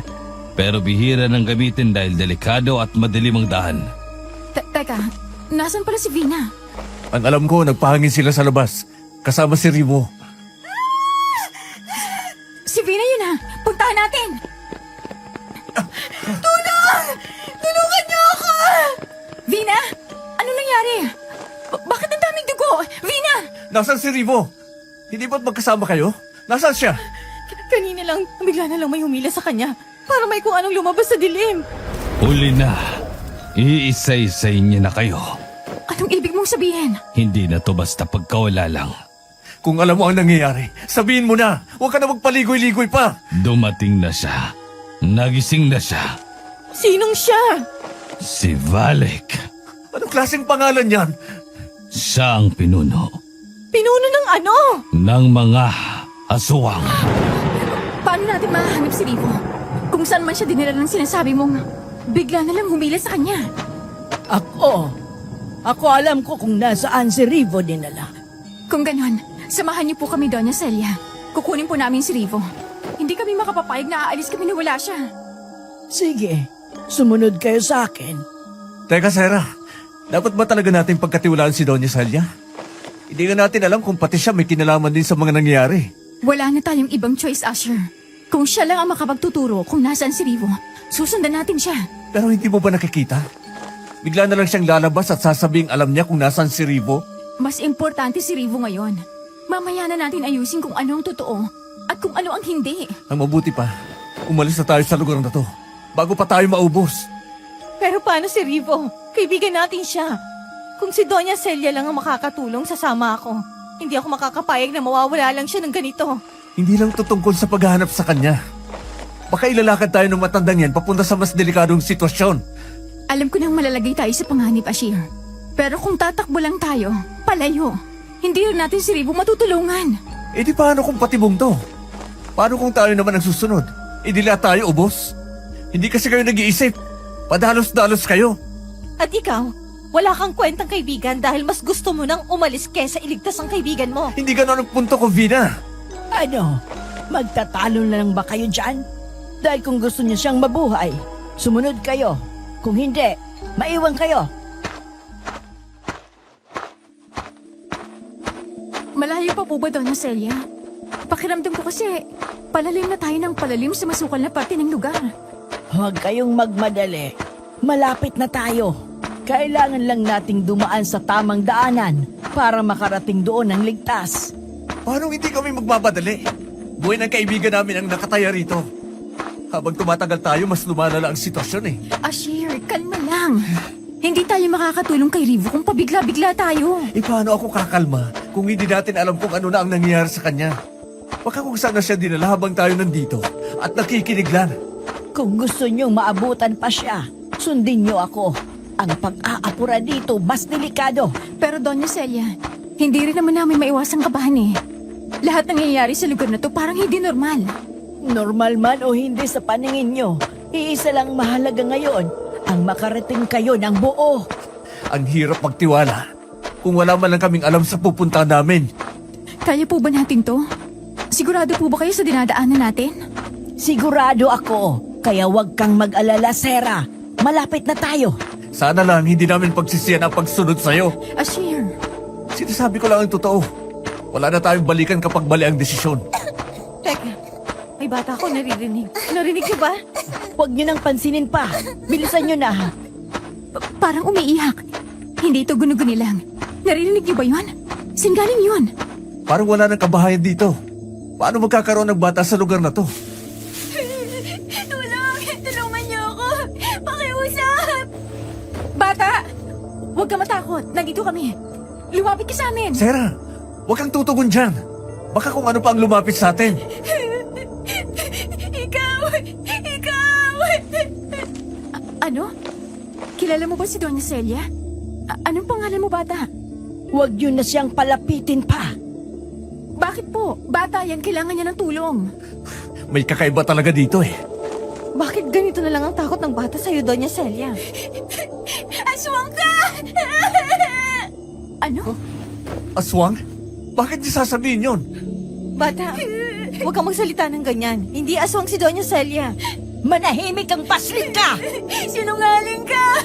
Kinuha mo sila! Lahat sila! Sino? Anong ibig mong sabihin? Aswang! Pwesit ka! Doña Celia, ano pong ginagawa niyo?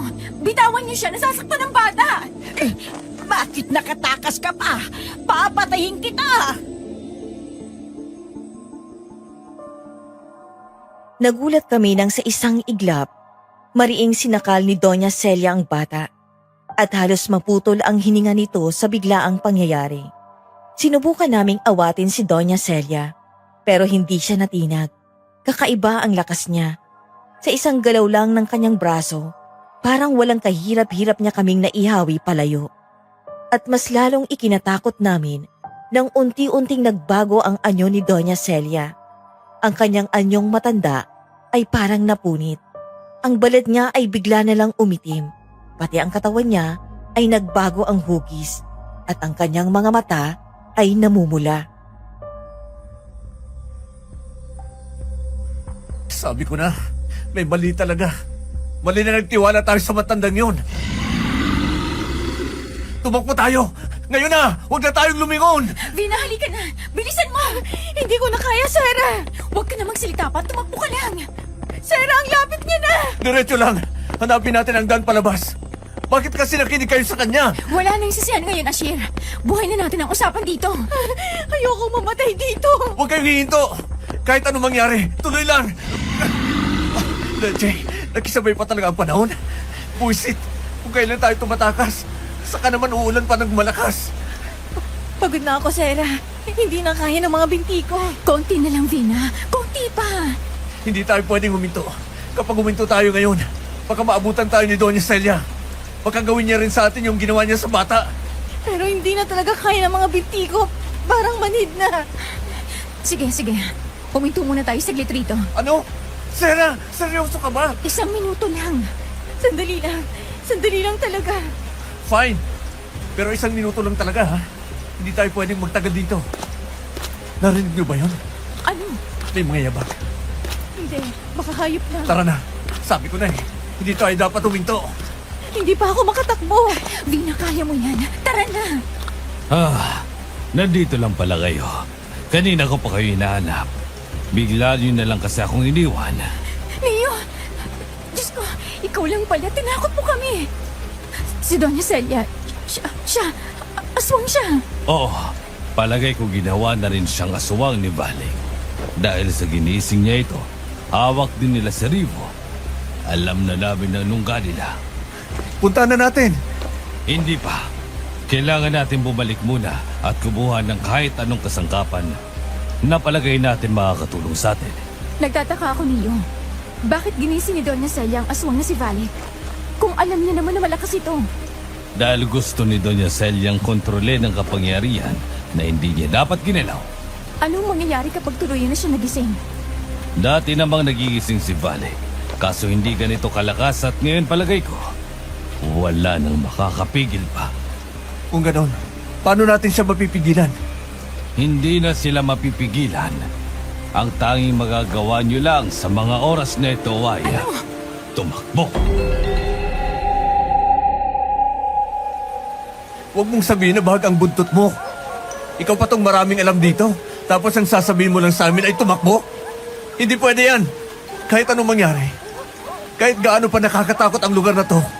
Kahit paanong klase ng nilalang ang humahabol sa amin, hindi kami uuwi nang wala si Rivo.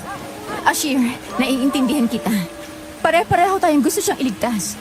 Pero kung pabigla-bigla tayo ngayon, baka mas lalo lang tayong mawala ng pagkakataon. Kaya tama si Neo. Eh anong gusto mo?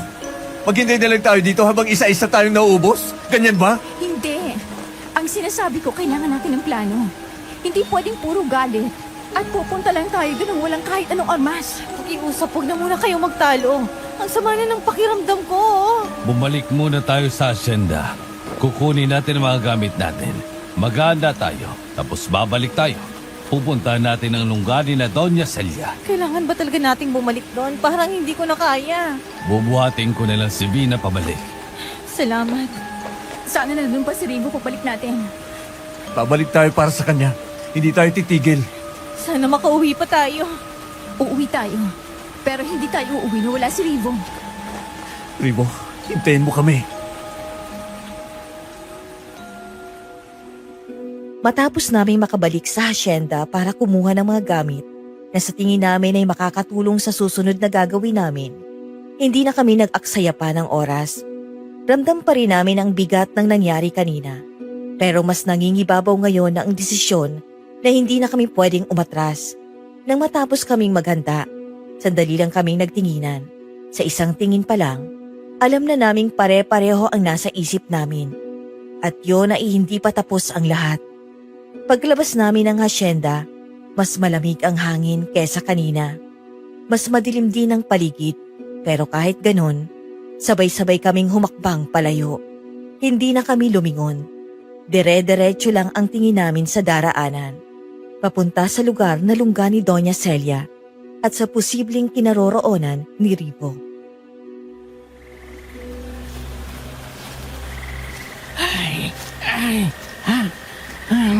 Bilis niyo namang lumakad.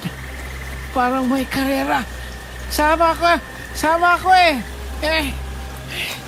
Anak na, pati ba itong baliw na to isasama natin? Baka maging pabigat lang yan sa daan. Baka isa pa yan sa isipin natin.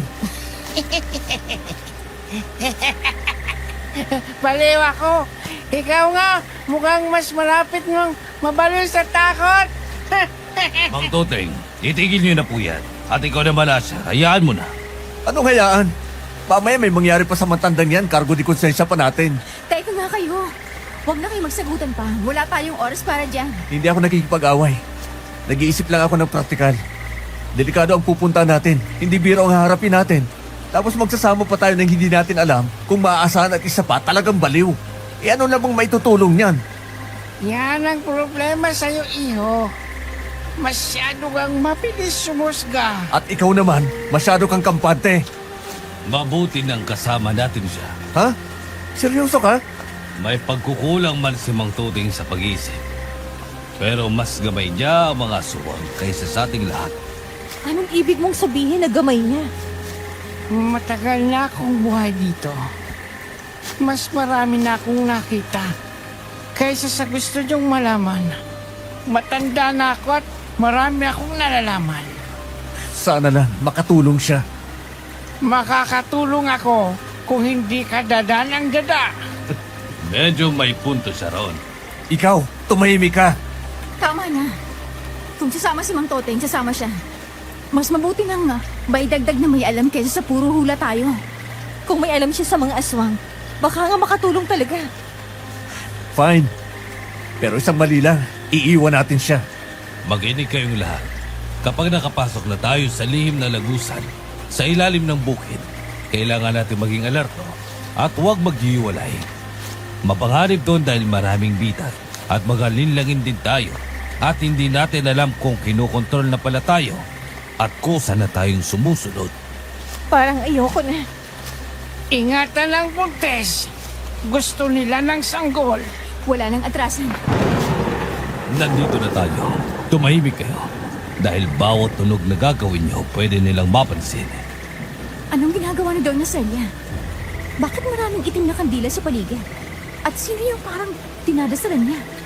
Hinaan nyo lang ang boses nyo at baka mahuli nila tayo. Nasaan si Rivo? Bakit hindi ko siya makita? Sabi ka, patay na siya. Wala na. Tumigil ka na sa kasasabi mo niyan. Kung ayaw mong ikaw ang mawala ng buhay. Hindi patay si Rivo. Buhay siya at makakasama namin siya sa pagbalik sa Maynila. Ano ba? Hinaan nyo lang ang boses nyo. Gusto nyo bang maging matagumpay ito? Makisama naman kayo. Dahan-dahan kaming sumilip mula sa likod ng makapal na puno. Sa gitna ng isang bakanteng bahagi ng lupa ay may bilog na espasyo. Ang paligid nito ay napapalibutan ng mga itim na kandila, buto ng hayop at mga simbolong nakaukit sa lupa gamit ang dugo. Sa gitna ng bilog ay si Doña Celia.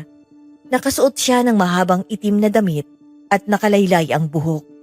Paikot-ikot siyang naglalakad habang may binibigkas ng mga salitang hindi namin maintindihan. Sa harap ni Doña Celia, nakahiga sa ibabaw ng batong altar si Rivo. Wala na siyang buhay. Nakabukas ang kanyang tiyan at ang lamang loob niya ay ginagamit sa ritual.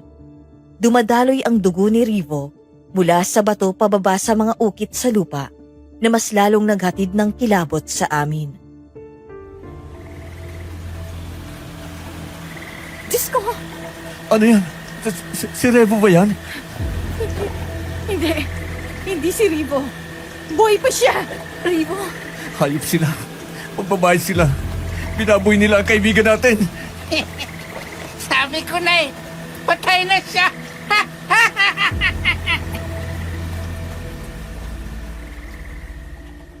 Sa likod ng altar, nakikita ko na parang may malaking hukay. Hindi ito ordinaryong hukay. Parang lumang lagusan ito pababa sa ilalim ng lupa. Mula roon, may usok na maitim at malamig na unti-unting umaakyat. Sa bawat patak ng dugo ni Rivo na umaabot sa mga ukit, mas lumalakas ang pagyanig ng lupa.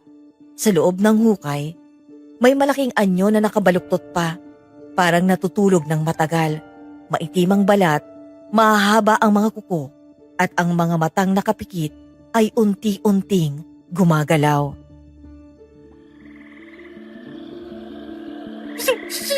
Si Balek. Yun ba? Yun ang pinuno? Hindi pa siya ganap nagising pero palakas siya ng palakas. Tanggapin mo ang handog! Bumangon ka! Ibalik mo sa akin ang kapangyarihan! Sakupin mo ng kadiliman ang sanlibutan! Baliw na matanda. Ginawa niya to kay Rivo. Patay na ba talaga si Rivo? Wala na siya. Nakita kong sumindilat na ang mga mata ni Balek. Patay tayo kapag tuluyan siya bumangon. Umalis na tayo. Total wala na rin naman ang kaibigan nyo. Hindi tayo aalis nang wala man lang ginagawa. Hindi pwedeng ganito. Masasayang lang ang pagpunta natin dito. Kung wala tayong gagawin, hindi mo lang namin maipagiganting kaibigan namin. Kung basta-basta lang tayong tatakbo. Anong gusto nyo mangyari? Lalaban tayo. Hindi tayo susuko hanggang hindi natin sila napapatumba. Oh, bumangon ka! Bumangon ka! Hindi ko siya patatawarin. Buisit ng Doña Celia yan. Susunugin ko siya. Sabihin mo lang magtuting at susugod tayo. Hintayin nyo ang tiyempo. Tao. Dugo ng tao ang naamoy ko. Alam kong nandito kayo. Huwag na kayong magtago. Dahil wala rin kayong matatakbuhan sa gabing ito. Narinig niyo yun? Alam niyang nandito tayo. Wala na tayong choice kundi harapin sila bago pa tayo maunahan. Mas mabuti na rin. Kanina pa ako nagpipigil. Kung kailangang lumaban, lalaban tayo hanggang dulo. Hindi ko na alam kung saan ako mas matatakot. Sa kanya ba o sa nakikita ko rito sa paligid?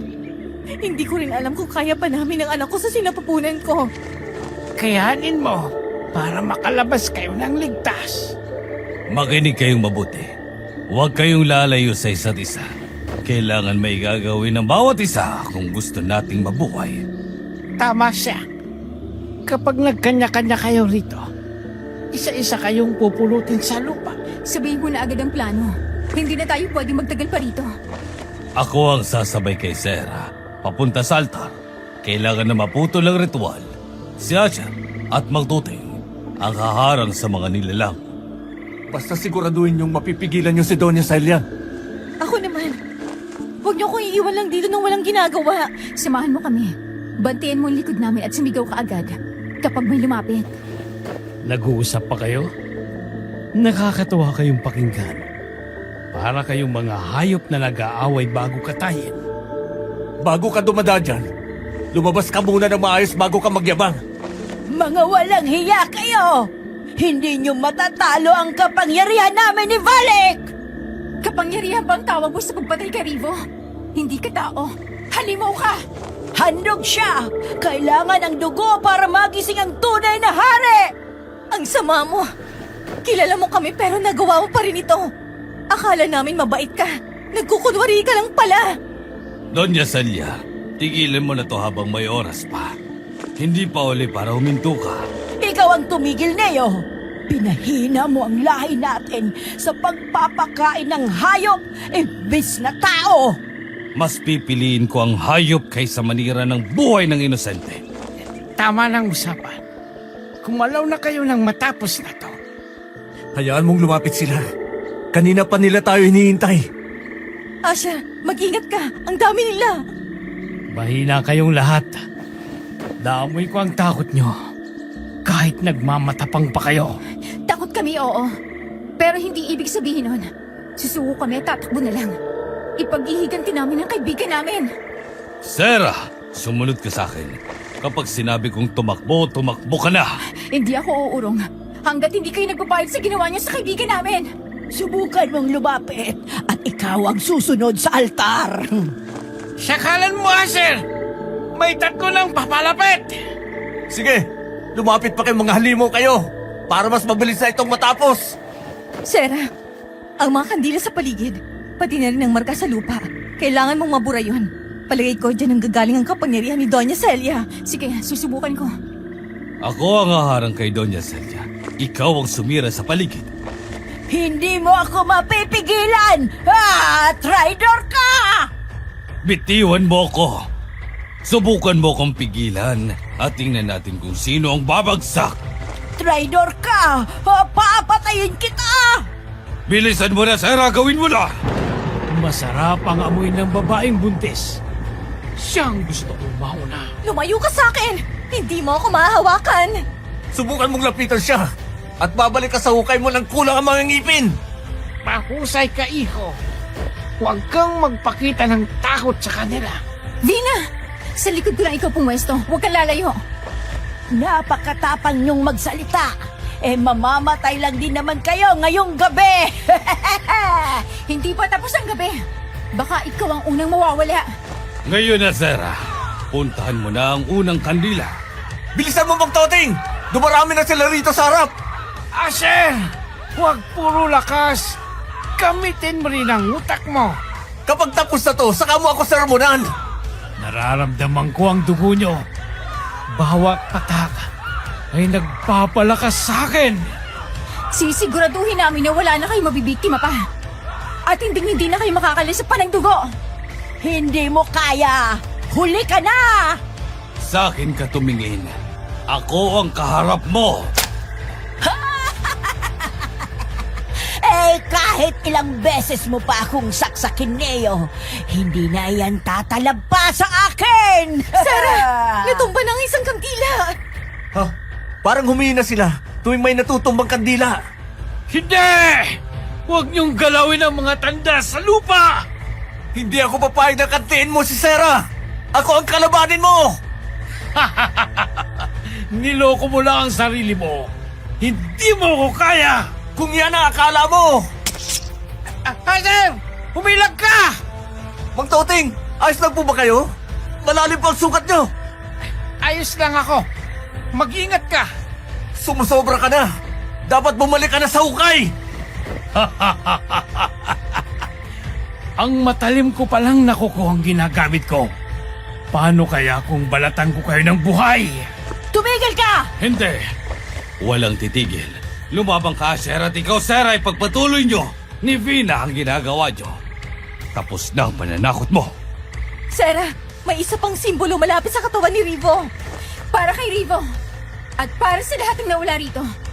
Ito na ang katapusan ng ritual mo, Doña Celia. Wag! Wag! Hindi! Hindi! Hindi ako papayag! Hindi ito pwede! Oh, anong nangyayari? Bakit nang hina ako? Sobra ng mga ginawa ninyo. Hindi ko hahayaang may mabiktima pa dahil sa altar na to. Sarah, gawin mo na habang hawak pa natin ang pagkakataon. Huwag ka na mag-atubili! Bilisan mo, Sarah! Pakiramdam ko lumalakas na naman ang hangin. Kapag sinunog mo ang altar, mapuputol ang ugat ng kapangyarihan nila. Pero maging handa kayo. Magwawala sila.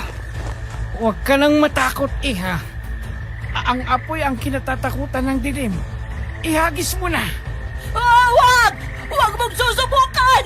Hindi mo alam ang sinisira mo! Lahat ng pinaghirapan ko, mawawala!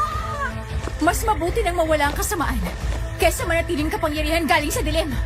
Mamatay ka na, Doña Celia! Mamatay na kayo, mga halimaw! Babae! Huwag mong gagalawin ang altar. Kapag ginawa mo yun, siguradong pagpipira-pirasuhin kita. Mamamatay ka! Tumahimik ka! Kanina ka pa nagyayabang pero hindi ka pa rin makatayo ng maayos.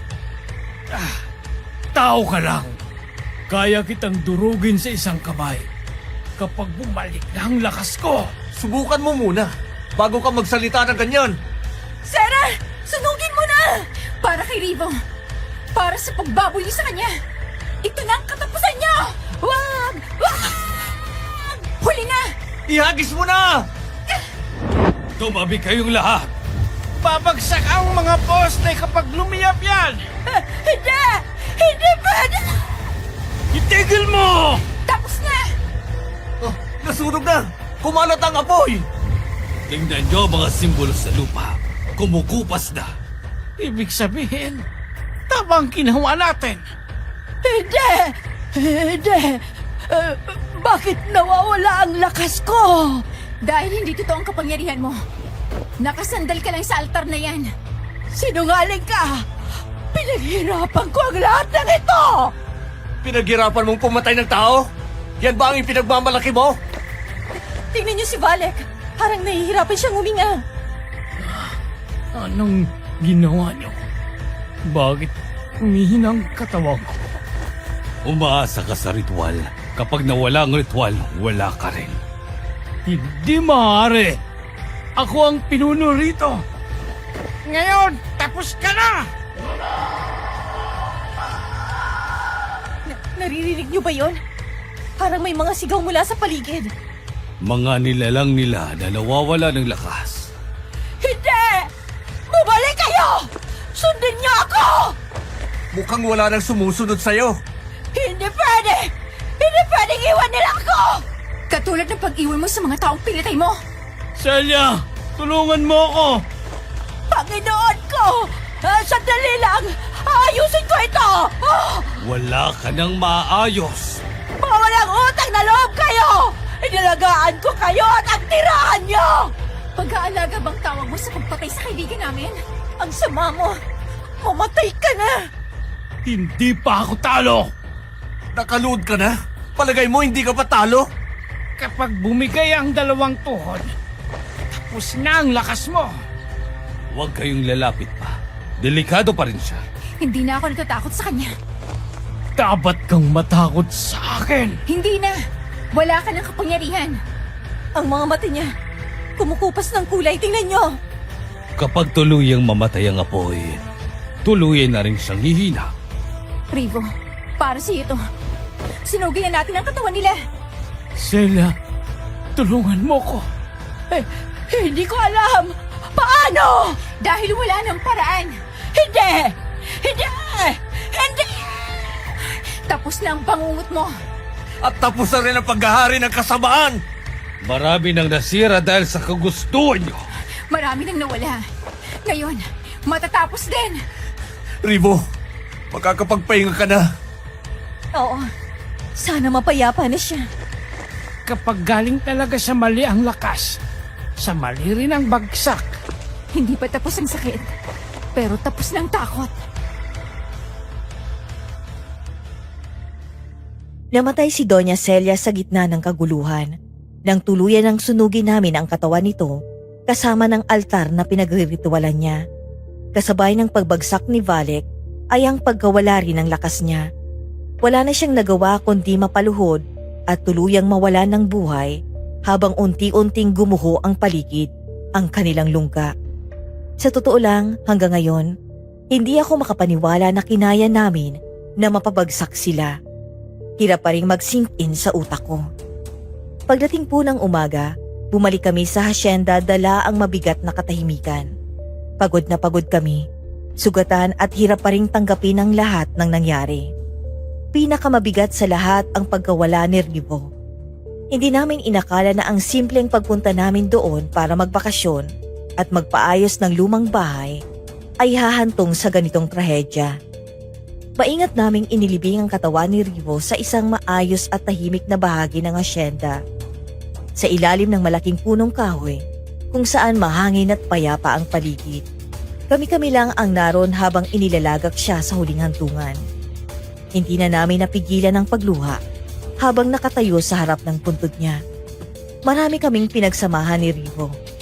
Kahit madalas siyang mapagbiro at pasaway, isa siyang mabuting kaibigan na handang tumulong anumang oras. Masakit isipin na hindi na siya makakabalik pa. Napagdesisyon na namin kami na mismo ang kakausap sa lolo niya pagbalik sa Maynila.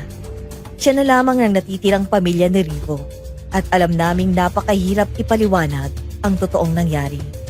Sino ba naman ang maniniwala sa kwento tungkol sa aswang, ritual at mga nilalang sa ilalim ng lupa? Pero kahit gaano kahirap, kailangan niyang malaman ang totoo kung paano lumaban si Rivo hanggang sa huli. At kung paanong siya ang naging inspirasyon namin para matapos na ang kasamaan ni Doña Celia at Valek. Sana nga lang gaya naming unti-unting pinoproseso ang lahat. Sana'y matanggap din ng lolo niya ang pagkawala ng apo niyang labis niyang minahal.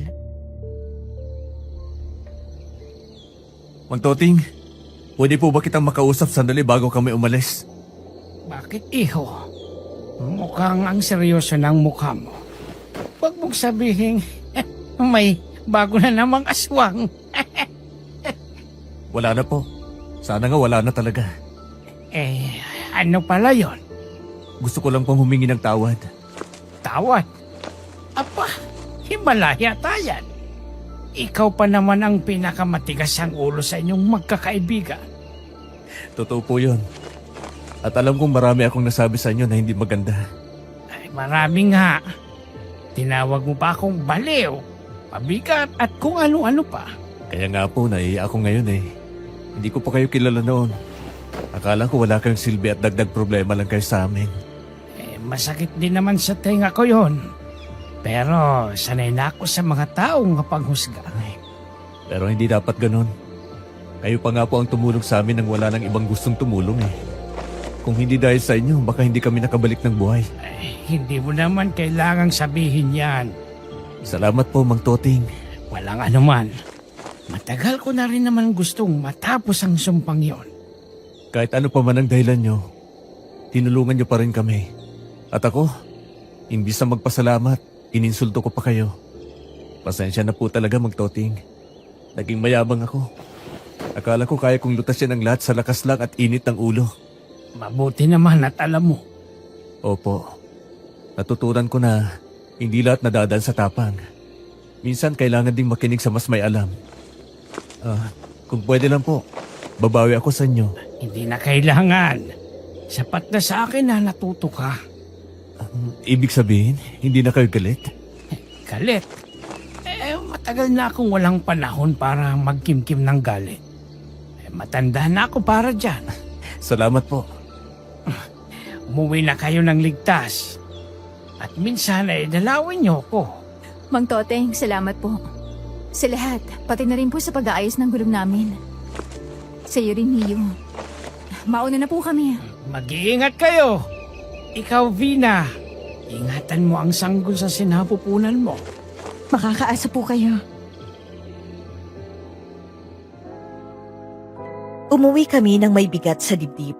Dala ang lungkot sa mga nangyari sa hasyenda at sa taong nawala sa amin. Ngunit kasabay nun, may konting gaan din sa pakiramdam dahil sa wakas, natapos na rin ang bangungot na matagal naming kinaharap. Habang papalayo kami sa lugar na yun, unti-unting nawawala ang takot na matagal nang sumakal sa amin. Parang bawat hakbang ng sasakyan ay bitbit din namin ang mga alaala ng dilim. Hindi man lahat ay masaya ang wakas. Alam naming nakaligtas kami at nakalaya sa mas malalang kapahamakan. Hanggang dito na lamang po ang aking istorya. Sana po'y nagustuhan ninyo ang aking salaysay. Kahit puno ito ng takot, sakit at kababalaghan. Sa kabila ng lahat, natutunan namin na hindi lahat ng nakikita ay basta-basta. Na hindi lahat ng lugar na tahimik ay ligtas. Matibay po ang samahan ng pagkakaibigan namin. Dahil kahit wala na si Rivo, patuloy pa rin namin siyang inaalala. Sa muli, salamat sa pakikinig. Ako po ang inyong masugid na tagapakinig, Sarah. Grabe mga tagapakinig, ang kwentong ito ay hindi lang tungkol sa takot at kababalaghan. Ito ay paalala na minsan, ang mga pinakadelikadong sitwasyon ay dumarating saan yung akala natin ay normal lang. Yung bang akala mo, isang lugar na tahimik, mga taong mukhang mabait, at mga pangyayaring hindi mo aakalain na may mas malalim palang itinatago. Sa kwento ni Sarah, napatunayan nila na ang tunay na laban ay hindi lang sa halimaw nakikita, kundi sa takot na unti-unting kumakain sa tiwala at pagkakaibigan. Pero sa gitna ng dilim, mas lumitaw ang halaga ng pagkakaisa. Dahil kung hindi sila nagtulungan, hindi nila malalampasan ang lahat ng pagsubok na yon. Kaya mga tagapakinig, tanong ko lang sa inyo, sa oras na kinailangan ninyong pumili sa pagitan ng takot at paninindigan, alin ang nananaig? May pagkakataon na ba na kinailangan ninyong ipaglaban hindi lang ang sarili ninyo, kundi pati ang mga taong mahalaga sa inyo? Kahit hindi sigurado ang kahihinatnan? Gusto rin naming malaman sino sa inyo ang mas nakaka-relate kay Sarah na handang lumaban kahit natatakot, at kay Asher na padalos-dalos pero tapat sa kaibigan. O kay Vina na puno ng takot pero patuloy pa ring lumalaban para sa mga mahal niya. Huwag mahiyang mag-share dahil baka ang kwento nyo ang maging lakas ng ibang nakikinig na dumaraan din sa matinding takot at pagsubok. Maraming salamat sa pakikinig mga kakwento. Hanggang sa susunod na salaysay ng dilim at katotohanan. Mag-iingat tayong lahat at huwag kalimutan na kahit sa gitna ng takot, ang tunay na lakas ay nagsisimula sa pagtitiwala sa isa't isa. Maraming salamat po.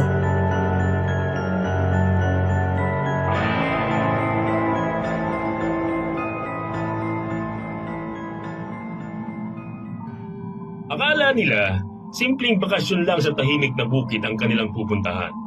Ngunit ang hindi nila alam, ang lugar na yun pala ay pugad ng mga nilalang na matagal nang naghihintay ng kanilang pagdating.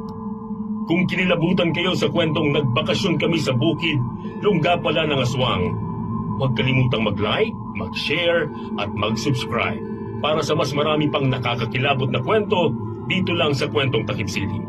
At tandaan, hindi lahat ng tahimik na lugar ay ligtas. Minsan, sa likod ng malamig na hangin at tahimik na gabi, may mga matang nagmamasid na para sa inyo. Hanggang sa susunod na kwentuhan, mga katakip silim. Maraming salamat sa pakikinig, mga kakwentong takip silim.